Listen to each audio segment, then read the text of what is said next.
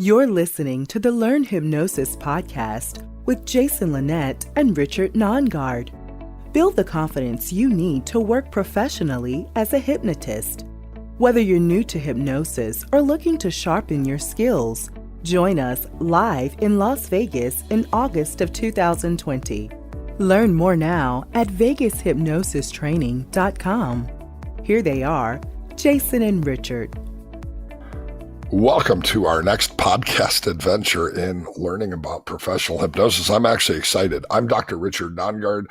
I'm a certified professional hypnotist through the ICBCH, but I am co-hosting the show with Jason Linett, and Jason Linett is my go-to guy for business success as a professional hypnotist in 2020. Can we tell the story on that real quick, just for those that don't know it? Because they've maybe seen that before, that briefly, like it was like 2014, I think you asked me a question and you gave me the testimonial that I was your go-to business guy. And basically on an annual basis, you'll pop up with some other question and I'll answer it. And then you tell me you can go ahead and update that testimonial now. So it's been working for at least 7 years now. Because I think you're brilliant, Jason. And what I've seen is I've seen you go from being a newly certified hypnotist years ago to a leader in the profession. I see you doing the real work of hypnosis. I see you seeing clients. I see you teaching the methods of hypnosis that actually have worked to help the clients in your office make substantial changes. And it's been pretty cool. And so I think that in order for me to be a good hypnotist, I need to keep on learning. And so I often will go to you when I want to enhance my skills. And so usually my first stop for getting advice is you. And so you are my go-to guy once again in 2020 for learning about professional hypnosis. Awesome. And we thought this episode of the Learn Hypnosis podcast take some time for those of you that might not yet know who we are and sort of our backstory. And kind of as we already began talking about why it is that we're doing a couple of projects together and why we're teaching together in the format that we are this year. So Richard, I'll toss it over to you for a moment to share a little bit more of your backstory in terms of how you got into hypnosis and why it is that you are where you are nowadays. Sure. Well, I accidentally learned hypnosis. I was 18. I was in a car accident. I went to a chiropractor. I didn't have any money. I didn't have any insurance. Neither did the guy who hit me. And this was back in the day, because I'm pretty old, when chiropractors were very benevolent. And he said, I'll give you an adjustment and help you out, but I need you to help me out. He said, my wife, as you can see, because she's a receptionist, is very beautiful, and I like spending time with her and our kids, but I'm a busy guy. And on Thursday nights, I do a pain control group for my patients. And largely it's a relaxation training group. And I'll teach you how to teach them relaxation if you'll do my Thursday night groups for me. Usually have about 6 or 8 or 10 patients in here. So I didn't know what I was getting into, but I said, sure. What I was actually getting into was learning hypnosis. He didn't call it hypnosis, but later on I recognized it was hypnosis. My next job was actually as a behavior coach for Nutrisystems. So back in the day, Nutrisystems had storefronts and people would go in and get their food. And they would spend 30 minutes each week with a behavior modification coach. And that was actually me if you were trying to get skinny back in the 1980s. That really interested me, of course, in psychology and helping people to make changes. And later on, when I earned my master's degree in counseling, I was randomly assigned a practicum supervisor who was trained by Milton Erickson. And he said, well, you're going to be seeing my patients during the course of your practicum. And so I do Ericksonian hypnosis. And so I'm going to teach you Ericksonian hypnosis. And so he did. And I worked with his clients using the same strategies that he learned from Milton Erickson. So I always say I'm Milton Erickson's therapeutic grandson.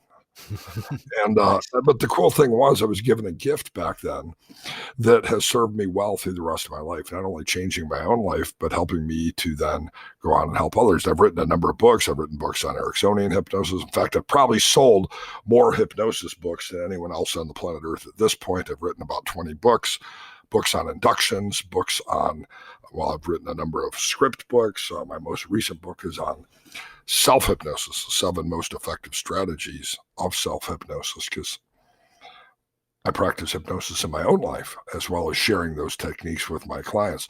So I've been doing this for more than 30 years, and I've loved every minute of it. And I'm pretty passionate about helping people with professional hypnosis.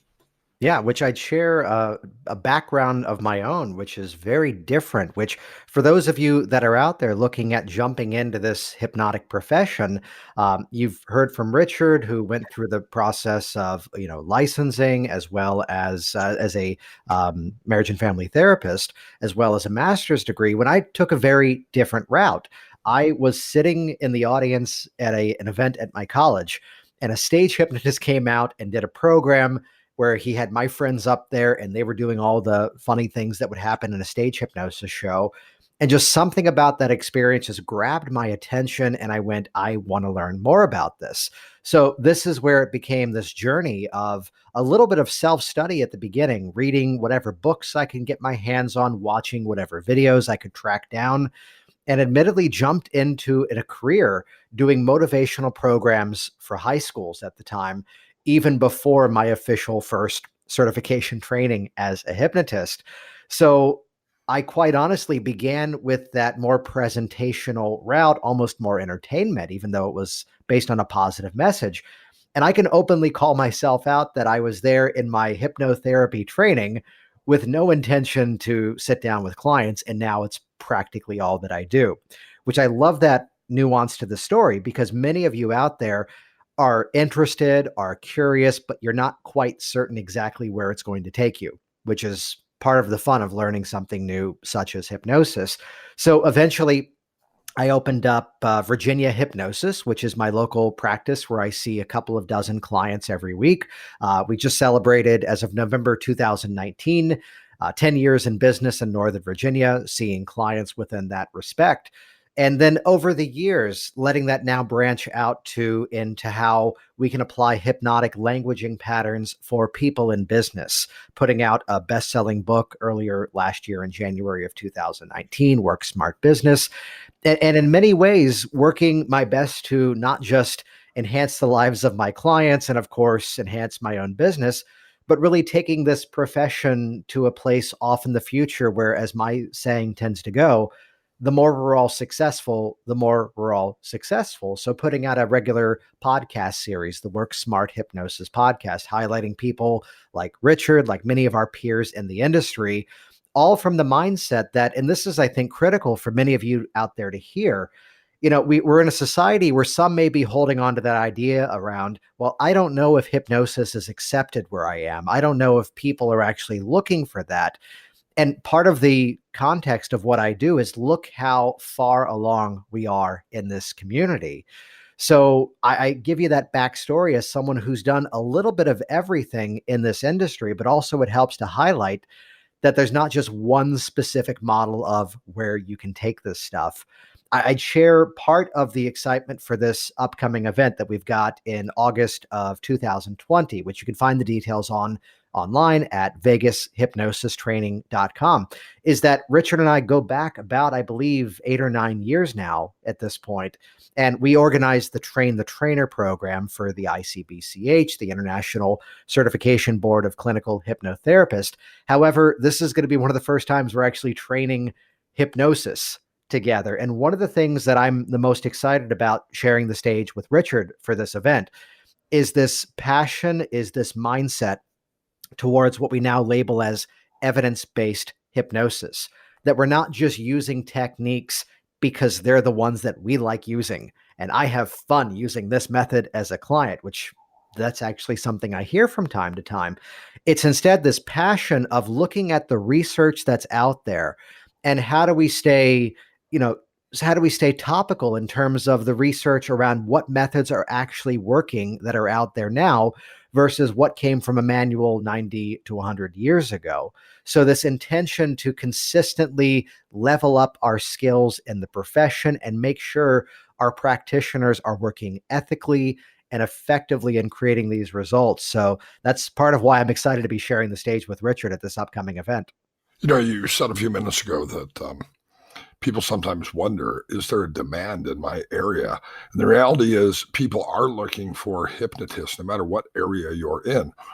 The reality is the media has done a pretty good job of covering the power of hypnosis to help people make significant transformation, whether that's Oprah or whether that's Dr. Oz or whether that's positive things said about hypnosis on the on various websites that people might go to, like the Mayo Clinic. The Mayo Clinic even has information about hypnosis on their website. And the reality is people understand that hypnosis is a useful tool to help them make changes. In our last podcast, we talked about 12,000 peer-reviewed studies showing the efficacy of professional hypnosis. The word is out that hypnosis transforms lives and people are looking for hypnotists. Every now and then I meet people who do say, well, I'm not sure it would be accepted in my geographic area. Remember, although I live in Las Vegas now, I spent most of my adult life in Oklahoma, and I ran the Tulsa Hypnosis Center. And it's the buckle of the Bible Belt. Now, my bachelor's degree is actually in ministry. I don't have a BA or a BS. I have a B.Min. Jerry Falwell did sign my diploma from my master's degree program.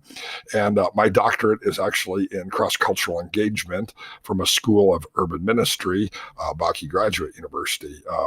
So I have, I think, a pretty good handle on sometimes the theological debates or arguments that people have about hypnosis. But the reality is there are very few people who are the same people who are adamantly opposed to hypnosis are against playing Go Fish with a deck of cards or boys and girls dancing together at a school dance.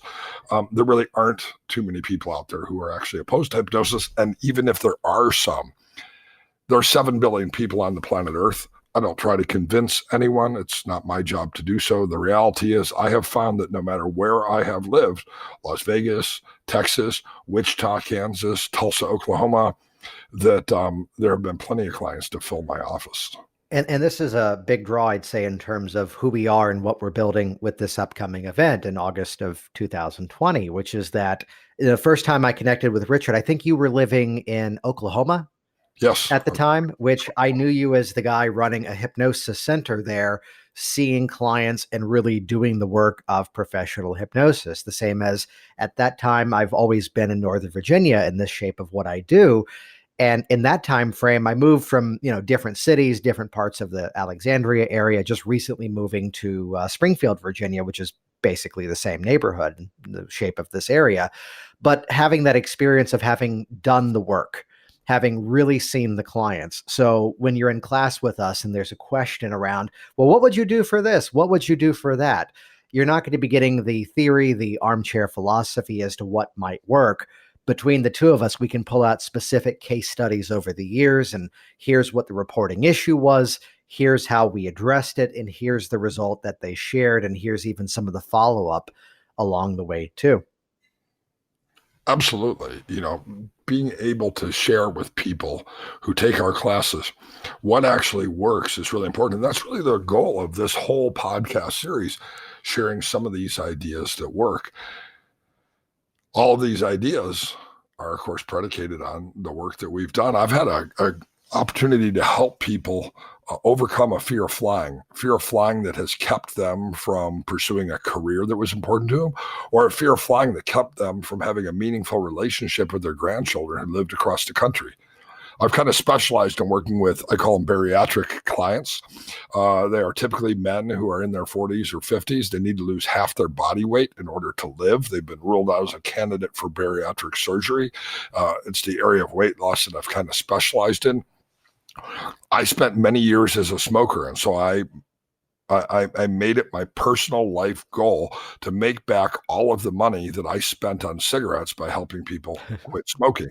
And over the years, I've done probably thousands of stop smoking sessions with different people. Being able to see successes in a number of areas. I had a couple of orthopedic surgeries a few years back, and those were pretty difficult for me, but I found that the principles of hypnosis were truly helpful. And since that time, I've really specialized in pre-surgical preparation. And the journals actually show us that when people learn self-hypnosis prior to surgery or get hypnotized, learning those good hypnotists teach people strategies, there's 3 outcomes. They heal faster and quicker with less complications. They decrease the chemical anesthesia required for surgical procedures. Pretty fascinating research into that. And of course, they have a decreased dependence on pain control medications, which we all know can be uncomfortable in the short term if we value our gastrointestinal tract, and devastating in the long term because of the risk for addiction. So the results are phenomenal. Which, as we're here talking about who we are and the work that we've done over the years, just so you can get to meet us a little bit more, what's cool about this is that some of the categories that Richard just highlighted, I've seen thousands of clients over the years also helping them to stop smoking.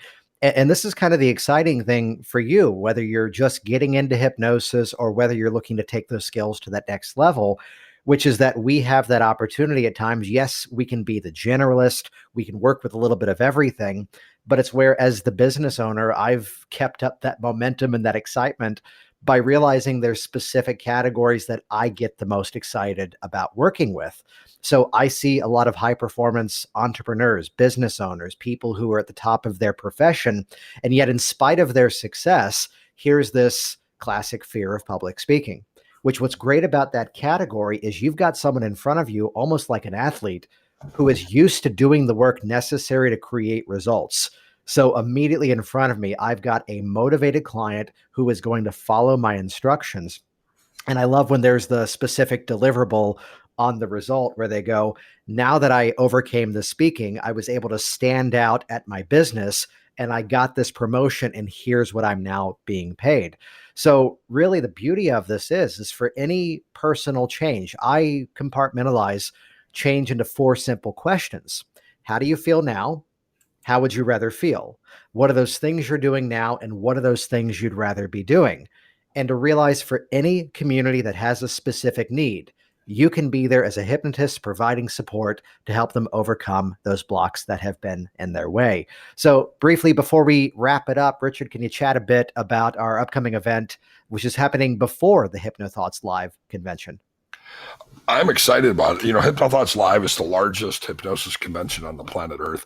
Happens in August of every year here in Las Vegas. For those who haven't been to Las Vegas, I actually live here. I live right down the street from the Orleans Hotel. The Orleans Hotel is a landmark hotel. Everybody who's in Las Vegas knows exactly where it is. The cool thing is it's about 10 minutes away from the airport. It's easy to get to. Our class is 4 days of intensive learning, but it's preceded by an online learning program that you'll immediately access that'll teach you the foundations of effective professional hypnosis. So when you come to class on the first day, you're prepared to first begin experiencing hypnosis yourself. You or I or both of us are going to hypnotize the entire group to begin with. And then we're going to model and share with you different methods of hypnosis that we use. But more importantly than that, this is hands-on practice. So the people who attend this 4-day class, 10 hours each day, we'll take a short lunch hour, and they'll get lots of opportunity to actually hypnotize other people so that when they leave, they'll have a foundation in how to actually use a strategy in professional hypnosis to help people live a better life. That is then followed by another 40 hours of online learning, teaching specific strategies in language patterns, Ericksonian hypnosis, and other applications of hypnosis that are some of the most common areas that we as hypnotists deal with. But the best news is there's a ton of support. And even people who have taken other hypnosis certification classes find that by taking this class, by learning from me or learning from you, or in this case, the two of us together, and learning the strategies that we actually use on a day-by-day basis, what they learned in a more theoretically oriented class in the past actually becomes something they can replicate and do. So a lot of people who've taken another certification class take our class because they want the confidence to actually be able to do the work. And that's what our graduates experience. And I say that's that biggest thing, is that need for confidence. That I've got some people in an upcoming event locally that they went through a whole other training, and at the end of it, there was no hands-on practice. This is going to be one of the most hands-on events you've ever been a part of, to learn how the process works, why it works, and more importantly, how to put it all into use. This has been the Learn Hypnosis podcast. Get certified as a professional hypnotist now at vegashypnosistraining.com.